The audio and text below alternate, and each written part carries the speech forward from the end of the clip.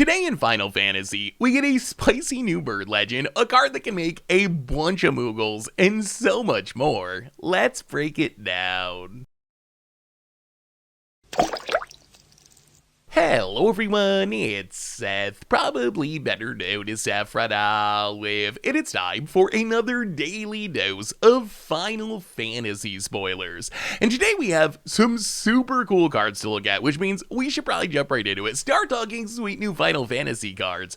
Before we do, a couple of quick reminders. First, if you need any of these cards, you can pre-order them from our sponsor Card Kingdom over at cardkingdom.com/MTGGoldfish. Second, to keep up on all the latest previews throughout the day, you should head on over to MTGpreviews.com.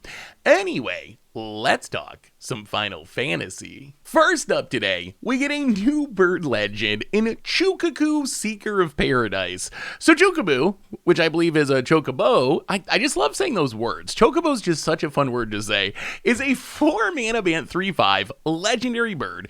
It says whenever one or birds you control attack, look at that many cards from the top of your library. You can put one in your hand, any number of lands from among them onto the battlefield tap, the rest go into your graveyard, and then it has landfall. When a land enters under your control, Chocobo gets +1/+0 when to land a turn. So Chocobo, I think this is probably designed to be a commander card, a pretty interesting and actually pretty powerful bird commander. The fact that you get to put all the lands into play that you see is actually really powerful, especially considering that it seems like Chocobo have a landfall sub-theme. If you think about what this card does, we've seen a few similar legends in the past. It kind of works like Verena Lich Queen or the Dragon, where you get rewarded by digging super deep into your deck if you attack with a bunch of a certain type. In this case, it's birds, which is kind of a natural check on Chocobo's power compared to Verena, which cares about zombies, or the Dragon that cares about dragons. Birds is not the most supported creature type, but still, if you play a bunch of birds, this is a pretty ridiculous ramp spell, and it's worth mentioning, it triggers when a bird attacks, which means you can play a few birds, and then play Chocobo, immediately attack with your other birds, get a card in your hand, start ramping, start doing your landfall shenanigans. So as I mentioned before, this card makes a lot of sense in the context of what we've seen from Chocobo so far. We haven't seen a ton of Chocobo, but everyone we've seen, in one way or another, cares about lands. We got Zat's Chocobo, which is a 1-drop that gets a +1/+1 counter when a land enters. Traveling Chocobo, our Pandermonicon for birds and for lands entering. So Chocobo really works well with the theme. We'll have to wait and see if it can actually work in Standard. Honestly, on one hand, the idea that we'd have a competitive bird tribal deck in Standard sounds kind of absurd. On the other hand, I really think Wizards wants Chocobo to be at least semi-playable. So who knows, maybe we'll actually be able to have a Chocobo bird deck in Standard. And we do have some other support from older sets, especially going back to Bloomborough. Bloomborough had a bird theme that didn't really take off, but maybe this new bird stuff from the Final Fantasy set, if we combine it with Calestriel and Mockingbird and so forth, maybe there'll be enough to make a deck there. Also, one of the better Tempest Hawk cards, if you want to take the Tempest Hawk challenge in Standard, that is a steady stream of birds, and then you're going to ramp so you can cast even more of them thanks to Chocobo, so it'll be interesting to see if birds can work in Standard. The other possibility is kind of go like landfall bird hybrid, and this might be a tricky deck to build because you need enough birds to trigger Chocobo to get to put the lands into play, but if you can do that and have Tifa Lockhart or Brizzly Bill or Nissa on the battlefield, you can set up a pretty big turn where you attack with birds, get a bunch of lands from Chocobo, maybe you have Traveling Chocobo to double trigger landfall, and next thing you know, your Tifa Lockhart's going to be super big, your Brizzly Bill's going to be putting counters on everything. So that seems like another interesting direction to take a Chocobo deck. As far as commander is concerned, I think this is the new sweetest bird commander. Right now, when I think of birds, I think of Derevi, and Derevi, it's obviously just like a busted card because it cheats on the command tax, but honestly, it doesn't really specifically work with birds in any way. I like that Chocobo actually cares about birds. It rewards you for putting a bunch of birds in your deck, while Derevi is just kind of like a generically broken card that happens to be a bird. So if I'm going to build a bird decking commander, I'm pretty sure Chocobo is going to be my commander, and I think you just do all the stuff we were talking about in Standard, like play a bunch of birds, throw in some landfall synergies, and Chocobo is going to be a really powerful effect. So Chocobo, we'll see if birds make it in Standard. Can Chocobo make it in Standard? If so, this could maybe be a nice top-end part of the deck, thanks to all the synergies that it has with the rest of the Chocobo we have in Standard. Worst case, seems like a popular new bird commander. We also got a cute new token maker in Moogle Struggle. So Moogle Struggle, 5 mana for an instant, says create a 1/2 white Moogle creature token with lifelink for each creature you control. Then all creatures you control gain indestructible until end of turn. So Moogle Struggle, it's a lot of mana, but it can make a lot of lifelinking tokens at instant speed. If you're looking for comparisons, it's kind of reminiscent of Will of the Mardu, Call the Copper Coats, Deploy to the Front, all a little bit different since a lot of these trigger based on all the creatures on the battlefield or your opponent's creatures on the battlefield. But essentially, this just doubles up the number of creatures you have at instant speed for 5 mana and maybe protects you from a wrath. So let's start with the good news about this card. And the good news is the ceiling on this card is really high. Imagine you're playing Standard and you're playing one of the Convoke style decks and you're playing, Resolute Reinforcements and Imidane's Recruiter.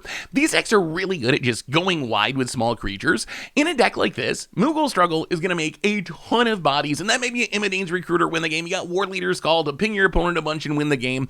Also seems cute with some of the mobilize stuff. You play a bunch of mobilize stuff, you attack, you make a bunch of temporary 1/1s, then you Moogle Struggle to make a whole bunch of Moogles that are going to stick around. So all this to say, when you have a big board, this card is kind of insane. Like, not only is it going to make a ton of creatures, but also potentially let you dodge a removal spell, even dodge a sweeper in some cases. The bad news of this card, though, is when things are going poorly, this card does quite literally nothing, and it costs 5 mana, so it's really difficult to leave up 5 mana as like Wrath Protection. And this makes me skeptical that this card will actually see competitive play. Yes, it is nice that if you get the timing right, you can protect from a Pyroclasm or a Brotherhood End. On the other hand, let's say your opponent casts the Pyroclasm first and you have nothing on board, then Moogle Struggle is 5 mana, do nothing. We just live in a Standard format where it's really hard to stick 3, 4, 5, 6, 7 creatures on the battlefield, and that's what Moogle Struggle really wants to be good. It wants you to have a ton of creatures, and then it gives you even more creatures. So I think it's kind of a win more card in some ways. I love winning more, so if we can actually pull it off, it's going to be spectacular. But as far as being a competitive card, I think 5 mana is just too much to leave up. In Commander, it has what I call the Ink Shield problem. So Ink Shield, it's really, really powerful, but you don't really want to leave up 5 mana because if you don't get a chance to cast Ink Shield, you're losing so much tempo, you're wasting so much mana, and I feel like Moogle Struggle is going to be similar, where when it works, it's going to be spectacular and probably game-ending. Like, imagine your opponent going to Wrath your board, and you have like 10 creatures, and you Moogle Struggle, and you make 10 more creatures, or your opponent swings at you with a big team, and you Moogle Struggle, and make these lifelinkers and block all your opponent's stuff and kill their board because your team's indestructible. It's gonna feel so good. But then there's gonna be a lot of games where this card just sits in your hand and does absolutely nothing. So I feel like for protection, there's just such cheaper ways to protect your board, like Clever Concealment. You can just Convoke and cast it for free. Flawless Maneuver. If you got your Commander, you can cast it for free. So if you're mostly interested in protecting your team in a game of Commander, there's just more efficient ways of doing it. That said, it does seem really fun in token decks. If you're playing Caesar or Arabella or Ginny Faye or Jet Mirror deck like this, it is really fun. Moogles are cool, so I wouldn't say not to play this card, but honestly, I feel like the risk is just very high. Like I've been saying, the ceiling of this card, super high, potentially game-winning high, but the floor of this card is equally low, like uncastably low. So it's really going to depend on if you can get the timing right, if you're in the right deck, how willing you are to play a card that's high risk, high reward. When it works, it's going to be great. When it doesn't work, it's going to be the worst card in your deck. So keep that in mind. High ceiling, low floor, but still a potentially powerful token producer if you're in some sort of go wide deck, and maybe a way to protect your board too. Next up, we get a new black rare in Vincent Valentine / Gland Beast. So Vincent Valentine, 4 mana for a 2/2 legendary assassin. It says whenever a creature in opponent control dies, put a number of +1/+1 counters on it equal to that creature's power, and then when it attacks, you can transform it into Gland Beast, which is a 3/2 legendary werewolf beast with trample and lifelink, and if it dies, you return it to play face up as Vincent Valentine. Worth mentioning here, because it just transforms and it doesn't exile and transform, any of the counters that you build up on the front side are going to stick around with the Gland Beast. So I think that's the idea. This card is you like play Vincent Valentine, you kill some of your opponent's stuff, you get a bunch of counters on it, then you go to combat, you attack, you flip it around into this big trampling lifelink. You're hit for a ton of damage, gain a ton of life, and then if your opponent kills it, well, you start over with Vincent and try to build up some more counters on it. So it reminds me the most of like Kresh the Blood Braided. I guess the biggest difference is Kresh could work as a sacrifice card too, where it triggers on your creatures dying. Vincent Valentine only works on your opponent's creatures, so not as good in his sack deck, but still kind of similar. And I've seen Commander games where Kresh can get really, really big. So if you want to build around this effect, in Commander in specific, this card can get kind of wild, where you play this, kill a few big threats, and just like one-shot kill someone.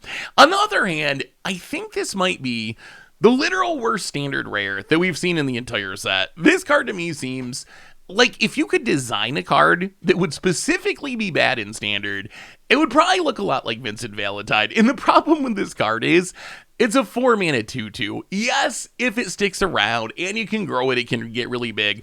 But a 4-drop that dies to cut down and burst lightning and torch the tower is just not a playable standard card. Like, I know some people are going to say, well, dies to removal, isn't that a bad argument? That's not what I'm saying. Everything dies to removal. Well, pretty much everything dies to removal. But this is a 4-drop that dies to 1-mana removal. There's a difference there. If your opponent has to spend 2-3 mana to kill your thing, whatever, then it's just a normal magic card. It's a creature. Every creature dies to stuff like that. But a 4-drop that doesn't do anything when you play it and dies to the most popular 1-mana removal spells in the format, it just is not going to see standard play. I mean, you could just play a Sheoldred and win the game way easier than playing Vincent Valentine. So all this to say, I think this is a Commander-only card. I would be absolutely floored if this card was able to see standard play. In Commander, I think there's a few options for this card. So one is, it's an Assassin. We just got last year a ton of Assassin support in the Assassin's Creed set. So if you're playing like an Ezio deck or a Elatar deck, maybe a Trotta or Ramses, this seems like a good addition. Like, Assassins are usually about killing your opponent's stuff. This is a pretty neat Assassin where you play this and just play your removal spells, and next thing you know, it gets super huge. So I think that's one possibility. It also seems really good with starter deck Sephiroth. I don't know how many people are going to be building starter deck Sephiroth as their new Commander deck, but starter deck Sephiroth kind of cares about the same things. Whenever a creature an opponent controls dies, you get to put a +1/+1 counter on it, and when it enters, you shrink your opponent's creatures -2/-2. So Vincent Valentine seems good there as well. The other possibility is just playing this in like a control deck. Massacre Girl, Maha, Legate Lanius, Toxrill. These decks are just all about killing everything that your opponent does.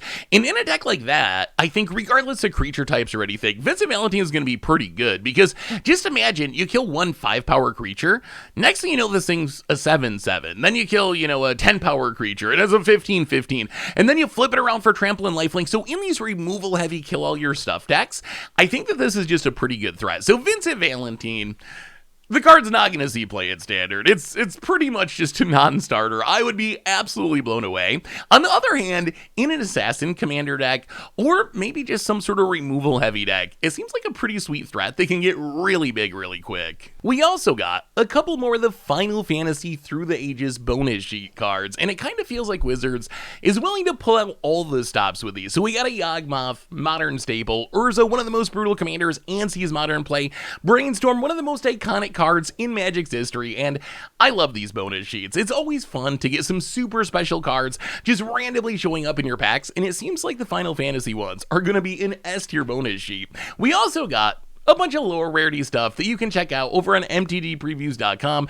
The most notable might be the common Townland. We still haven't really seen payoffs for playing towns for the most part, but we'll have to wait and see. If they really do end up like Gates, there could be a reason to play those cards in our decks. Otherwise, a bunch of stuff that'll be good and limited that you can check out over on MTGPreviews.com. Anyway, that brings us to the end of our daily Final Fantasy spoilers for today. So, what's your favorite card of the day? What are you thinking about this set? Let me know in the comments, and I'll be back tomorrow with even more Final Fantasy spoilers. So until then, have an amazing day, everyone, and I will talk to you soon. Looking for even more magic? We can find yesterday's spoiler video here, or maybe the video where we talked about how cheating is kind of getting out of hand in Magic.